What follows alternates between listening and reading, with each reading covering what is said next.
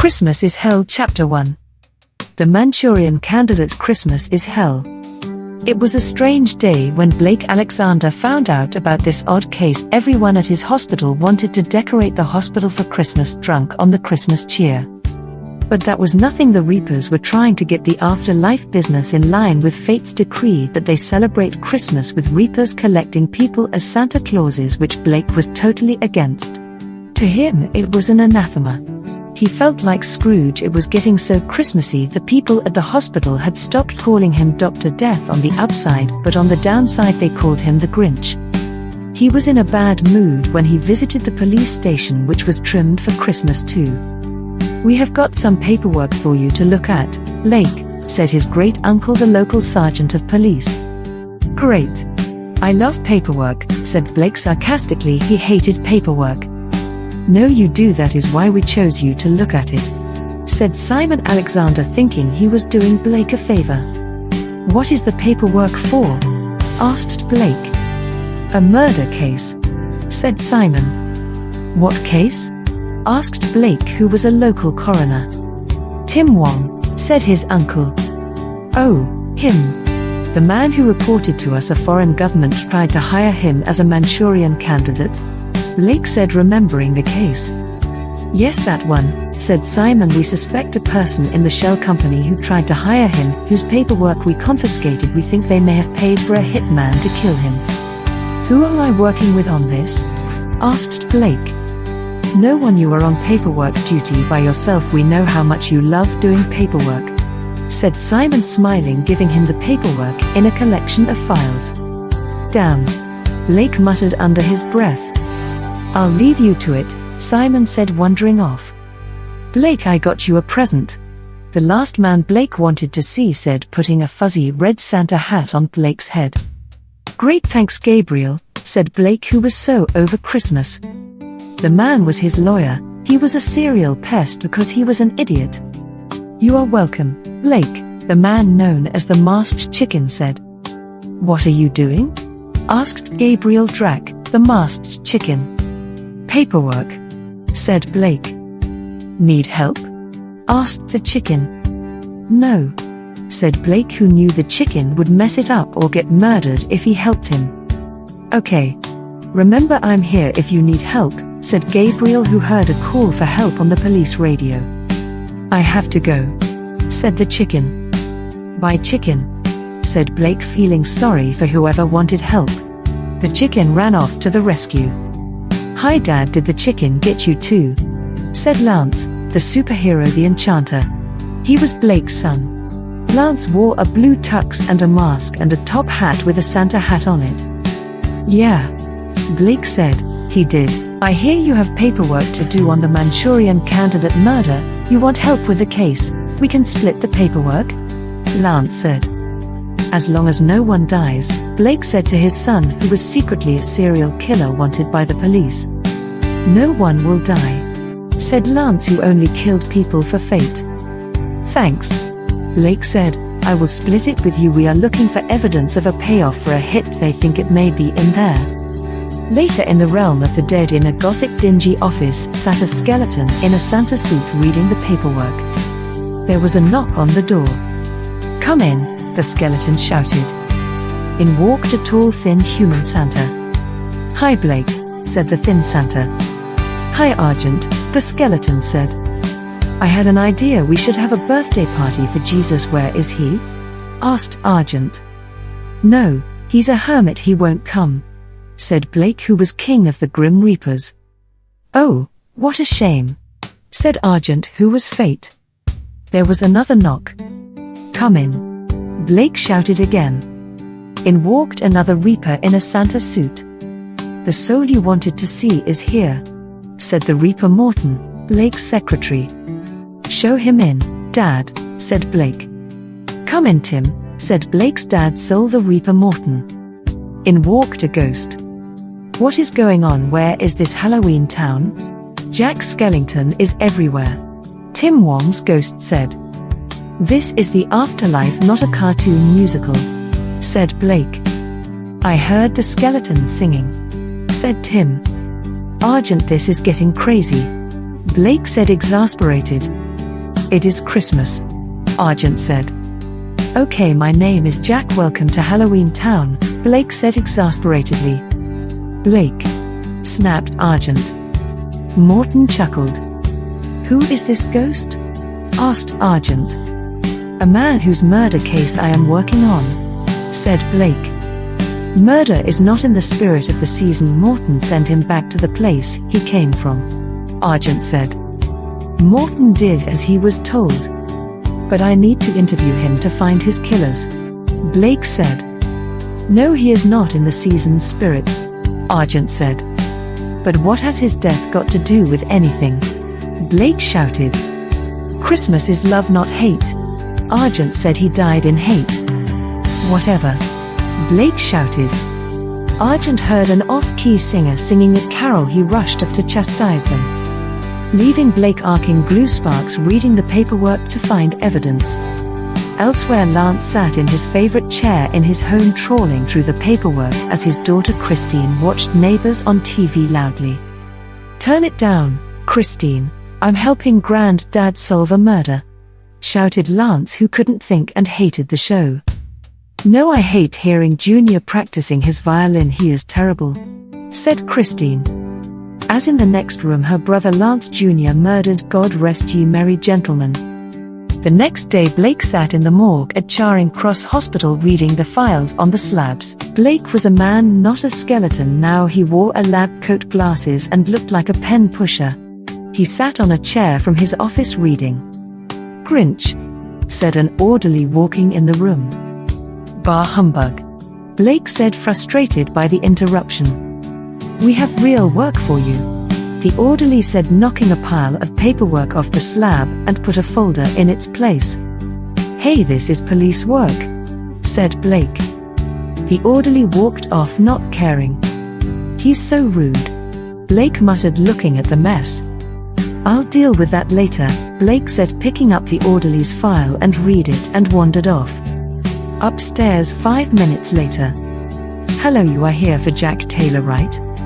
Yes, who are you? Asked Taylor's wife. Dr. Alexander, I'm here to tell you how your husband is, Blake said. How is he? Asked Mrs. Taylor. He's fine, he's waiting for you in his room, Blake said, who was thinking it a prank. They usually sent him to tell people someone died. When Blake finished his errand of mercy, he returned to sort out the mess and continue his work. In the process, he found the name of the person who paid for the hit. So confident was he they were harmless, he went to confront them. Blake went to their home and was shot and gagged and tied up and was left to die helpless and wanting to kick himself for not telling anyone where he was. Blake was missed. The next day, Lance found the name of the hit man. Tell me the name of your employer in the Tim Wong hit, a skeleton in a Santa suit demanded. Jack Skellington? The hitman laughed. No, the Necromancer, the Reaper said. The Necromancer was the name Lance was known as the serial killer. Necromancer, echoed the hitman. Tell me his name, said Lance. Not only did they give a name, they gave an address. Where is Blake Alexander? Demanded Lance of the person who shot his father. Who? Asked the shooter. Where is he? Demanded Lance. I don't know who he is, said the shooter. You shot him, Lance said, reading the shooter's mind. What have you done with him? Lance snapped. There was a faint knock on a wall. Lance ran to the wall and found it was a hidden panic room with his near-dead father lying within. He grabbed his father and dematerialized and materialized in Blake's hospital. He was taken to emergency. They removed the bullet and Lance stayed till he had to leave. Weeks later, Blake got better. The hitman was arrested, but the shooter escaped the country with someone else's passport and disappeared as if they never existed. They thought they were a spy. Chapter 2. God rest ye merry gentlemen. The moon glowed like blood that night. It was an eclipse known as a blood moon that night. When Blake Alexander was at the morgue autopsying what was left of his son, the Necromancer's newest victim. The police wanted him as a violent serial killer. He was in reality the assassin of fate who was Blake's boss too. "Since when did your victims come in Santa outfits?" asked Blake, who was in a white lab coat with glasses. "Since Argent told me to dress them like that," said a Grim Reaper in a Santa suit. "It's sick," said Blake, who was the local coroner. "I have a gift for you," said the Necromancer. "Oh, that's nice of you," Blake said. "I saw it and thought that was so you," said the Necromancer. Blake was worried it was a prank. The Necromancer made a package wrapped in Christmas wrapping paper appear out of thin air and gave it to his dad, who washed and dried his hands. "That's nice of you," said Blake, opening it was in deject shock packet. When he saw the picture on the packet he was depressed. "Thanks, you shouldn't have," Blake moaned. "What is it?" asked his assistant coroner, Dante. Blake passed it to him. Dante laughed. It was a black Christmas t-shirt which read "I hate Christmas" on it. Also on it was a smiling green Grinch head in a Santa hat. "It's perfect," said Dante. "Where's the Grinch? I need him," said a rude orderly pushing past the Reaper. The Reaper laughed. "You wanted Blake," said the Necromancer. "You've got to see this t-shirt, Jack, you'll love it, it's Blake's," said Dante, showing it to the rude orderly. "It's perfect," said the orderly, laughing. "I got him a present too," said the orderly, passing Blake a parcel. "Oh, thank you, you shouldn't have," said Blake, seeing it was a soft singing dancing Grinch toy that sang the Grinch song. The hospital staff called him the Grinch and his son knew it. "Are you a caroler?" Jack asked of the Reaper. "No, why?" asked the Reaper. A troop of similarly dressed Grim Reapers wandered into the room with a slim human-looking Santa. They were singing "God Rest Ye Merry Gentlemen." "Where did you get those carolers? They are great," said Jack. Blake was depressed. They were his Reapers. They had been press-ganged into Christmas caroling. Others were dressed like that, collecting souls. "Argent, your friends are amazing. They look just like Jack Skellington," Jack Taylor, the thin Santa's friend, said. "I borrowed some Grim Reapers from my friend Mortimer the Reaper King to cheer up people in the hospital with a carol concert," said Argent. "That is so sweet of you," said Jack Taylor to his friend, then added, "Isn't it Grinch?" Jack said to Blake, who was secretly Mortimer the Reaper King. Jack didn't know it though. "Why ask him? He's just a stick in the mud at Christmas," said Lance, teasing his dad. Later at the local police station, Blake was there to talk to the police about the oddly Christmassy victim of the Necromancer. He wasn't sure what to say. While he was there he met his friend the masked chicken, his lawyer. "Hi, Blake," said the chicken. "Hi, Gabriel," replied Blake. Gabriel reached into a bag and pulled out a fuzzy plush Santa hat and put it on Blake's head, to Blake's horror. "Merry Christmas, Blake," said Gabriel. "Thank you, Gabriel," said Blake politely, even if he wanted to throw the hat back at his friend. "You're welcome, Blake," replied the drunk on the Christmas spirit chicken. "Excuse me, I have to see my uncle," said Blake. "It's all right, Blake," said the chicken, smiling, letting Blake go with a goodbye. Blake wandered into his uncle, the policeman in charge of the station's office. He was in a long floppy fuzzy green and red elf hat. He looked depressed too. "The chicken gets you too," said Blake, chuckling. "Yes," Simon Alexander said sadly. "He loves Christmas," moaned Blake. "Yes he does," said Simon. "Why was the victim dressed as Santa Claus?" "It's Christmas," said Blake. "I know, hard to not know around here," said Simon. Blake looked out the office window and saw more Santa Reapers caroling. "Mortimer must really like Christmas. He sent us a Christmas present. 7 skeletons are caroling," said Simon. "Too bad he couldn't send serial killers, his son, instead for us. It would be more appreciated."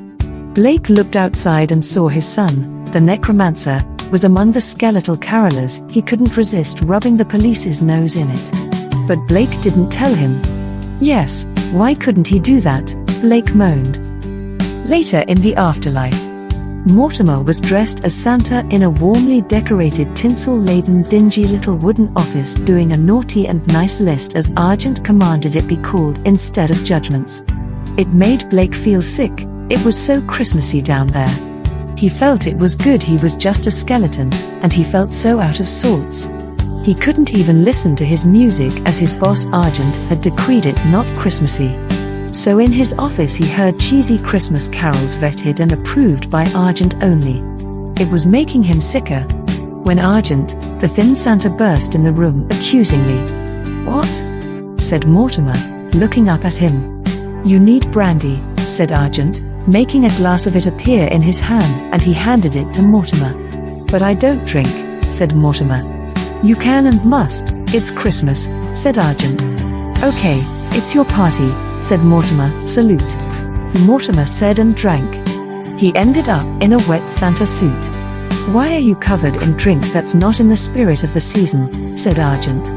"I said I don't drink, I'm a skeleton. What did you expect to happen?" moaned Mortimer. "Dry up, you have a job," said Argent. "What do you want me to do now?" said Mortimer, casting a drying spell. "I want to report a drunk Santa at T-Mart, Charing Cross." A police receptionist heard on a phone call. "I'll send a local policeman in the area to help you," the receptionist said. Later, the police arrived at the mall. "You should be ashamed of yourself," a policeman said to the Santa who was shouting he wasn't drunk at a parent who he was arguing with. "Why?" asked Blake, who was dressed as Santa. "Why did you think you could drink and play Santa?" said the policeman. "My lousy boss made me do it. He made me drink and act as a shop Santa, but I'm not drunk, I just have drink on me," shouted Blake. "Why are you so angry?" asked the policeman, taking Blake under arrest. "Mortimer Death, you are released. Someone called Argent paid your bail," a policeman said, releasing him. Mortimer Death was wanted by the police because he missed his court hearing. Simon was livid when he saw the wanted poster for Mortimer. He thought he could have identified the father to catch the killer son. But the picture was of a grumpy-looking disheveled human living Santa, so he thought he would never be found. Chapter 3. The Grinch returns. Christmas carols rang around the photo with Santa area. A child wandered up to Santa Claus and sat on his lap. "What do you want, little boy?" moaned Santa, who sounded like he would rather be somewhere else. Nearby, Santa's adult son watched him joyfully. "I cannot believe you got Blake playing Santa again. He hates Christmas," said Santa's wife Angela to her stepson. "It wasn't me. It was Argent, a Santa in the Santa's agency, was murdered. He's undercover as Santa to find the killer," said Santa's son Lance. Lance left his stepmother and walked over to his father, shouting, "Grinch, are you trying to steal Christmas again?" Santa moaned and tossed off the child, ignoring him. "What do you want, boy, to kill Christmas too?" Santa moaned at his serial killer son. "The Grinch has to go feed the dead.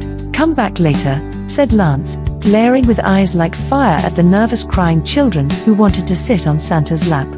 "Congratulations, you've killed Christmas," moaned Santa, feeling pity for the scared children. "Ignore the bad man, he's getting coal for Christmas." "I'm not going there, Dad," said his son, knowing giving coal was unwoke, and he could have said many things but didn't. "Oh, come with me, you brat," said Santa, dragging his son away. Later, in a furniture store, Santa walked in with his son looking at the sofas. "What are you looking for?" asked Lance. "A settee for the waiting room outside my office in the afterlife," said the Santa who was in reality the king of the Grim Reapers. "Why aren't you looking in a second-hand shop?" asked the son. "I'm looking for something new, not a haunted house special," said Santa. Half an hour later. "This one is so you. It's black stuffy and has your name on it," said Lance, seeing one called Mortimer, the Santa's Reaper name. "Ho! Ho! Ho!" Mortimer said humorlessly. "Come with us, Santa," said a voice behind them. "I just wanted to buy a settee. Since when was it a crime Santa buying furniture with his son?" said Mortimer, seeing the voice was a policeman's. "He's drunk or insane," said the other policeman, trying to take Mortimer in physically. "Are you invisible, boy?" asked Santa. "Yes," said Lance, the enchanter who was. "Oh great. Let me go, I only want to shop," said Santa, trying to get away from the grip of the policeman to explain himself. "He's resisting capture," said the second policeman, pepper spraying Santa, who blindly fought to clean his eyes. The other officer pulled out a taser and shot Santa. Mortimer arced electrically, Being a creature of electricity as Mortimer was, he shorted out and collapsed to the floor. Meanwhile, his invisible son laughed insanely, amused by the scene. Santa awoke in a cell at the police station, full of drunk Santas. "Tell the guy in charge here Santa wants a word with him," shouted Mortimer to a policeman on guard duty. "Why?" asked the policeman. "Because I say so, Constable Carmichael," said Mortimer gruffly. Later, the man in charge of the station, Sergeant Alexander Drax, visited the cells to see what Santa wanted, finding a cell full of them. "I'm here, so who is Santa?" the sergeant asked. "I am," said Mortimer, who was pushed aside by a drunk Santa. "No, I am," said the pushy Santa. "Are you blind?" "I am Santa," slurred another. "Humans," grumbled Mortimer and disappeared into thin air. "I bet that was Santa," said the sergeant. Chapter 4. A very grim Christmas. Blake Alexander was feeling like death warmed up. As he stood autopsying his son the assassin, the Necromancer's latest victim, as coroner. His son had dressed him up in tinsel and a Christmas outfit by order of their boss Fate, a Christmas nut. Blake ran over to the sink and vomited. It was not the body that made him sick. It was the outfit that disturbed him. It was Christmas that made him sick. "Grinch, are you all right?" asked Jack, Blake's least favorite co-worker at the hospital where the morgue was. "Yes, Jack, I don't know what came over me," Blake said. "I need your help," said Jack. "I think I need a break from work here. I'll help you, just let me clean up a bit," said Blake. Blake cleaned up.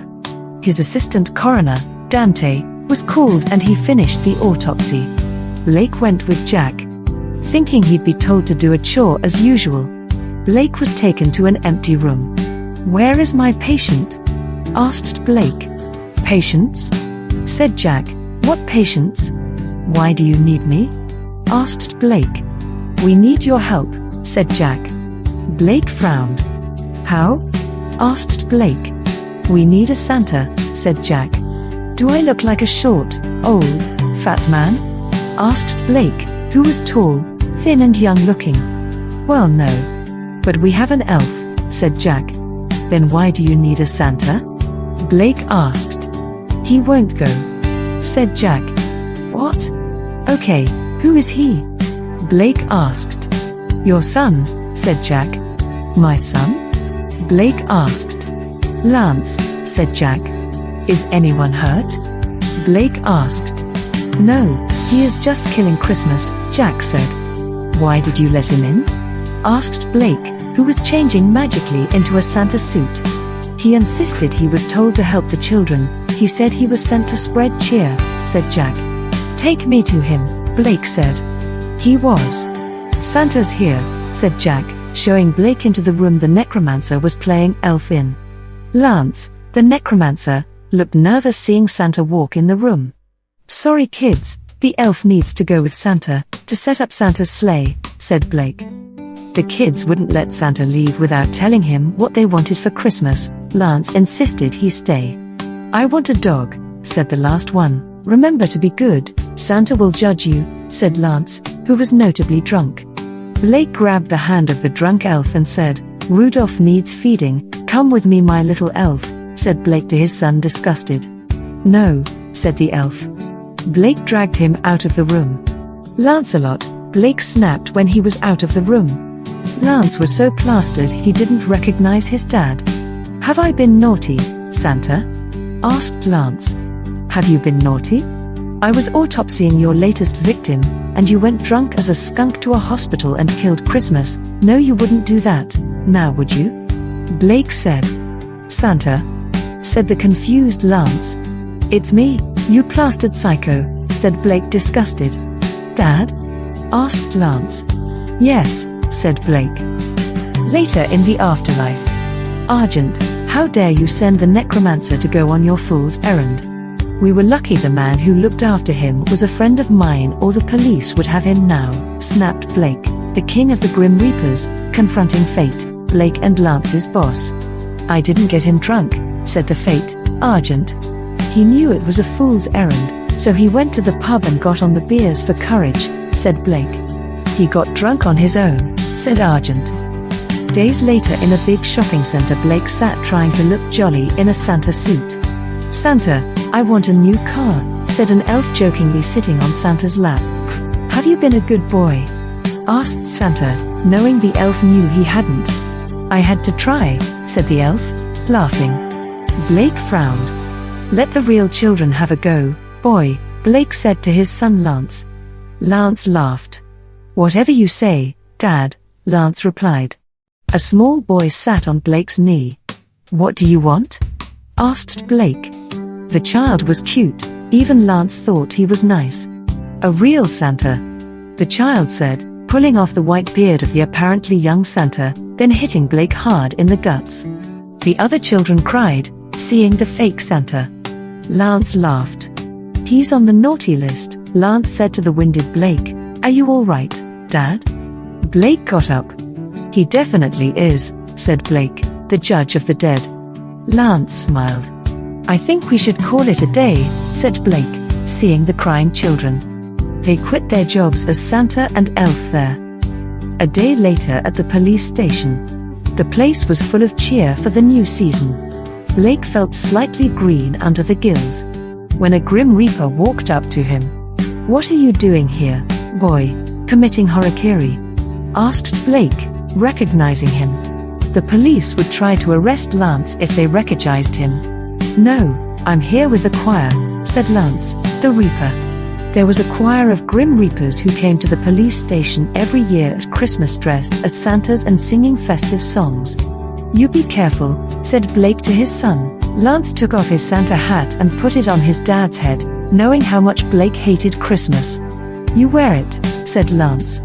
No, it's yours, said the King of Death, feeling even more sick, trying to remove the hat, but he couldn't. Lance had enchanted the hat, so it would stay on his father's head.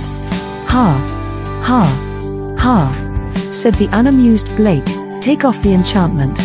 It's not coming off until after Christmas, said Lance, laughing. He wandered off to join the choir, hatless. No wait, boy, pleaded Blake as he left. Blake, can I have a word with you? Asked the sergeant in charge of the police station, Blake's great uncle, who also looked young, like Blake and Lance. What is it, Uncle Ray? Asked Blake. I need a word with you, said Reynard Alexander. Okay, said Blake. Why did you send the Necromancer to your hospital drunk? There could have been a bloodbath, accused the policeman. I didn't, it was fate. He sends us out to play Santa there every year. I was busy this year, so he sent Lance as an elf, said Blake. Why was he drunk? Asked Ray. Lance was nervous, so he went to the pub, said Blake. I'd not send him anywhere with children, said Ray. I don't, it was our boss, said the irritable Blake. Nice hat, said Ray. It was a gift, said Blake, watching a hatless reaper singing with annoyance. I like this time of year, the choir is good, especially the one without a hat. He's my favorite. Ray said, watching Lance, not recognizing him. That one is a pain in the neck, moaned Blake.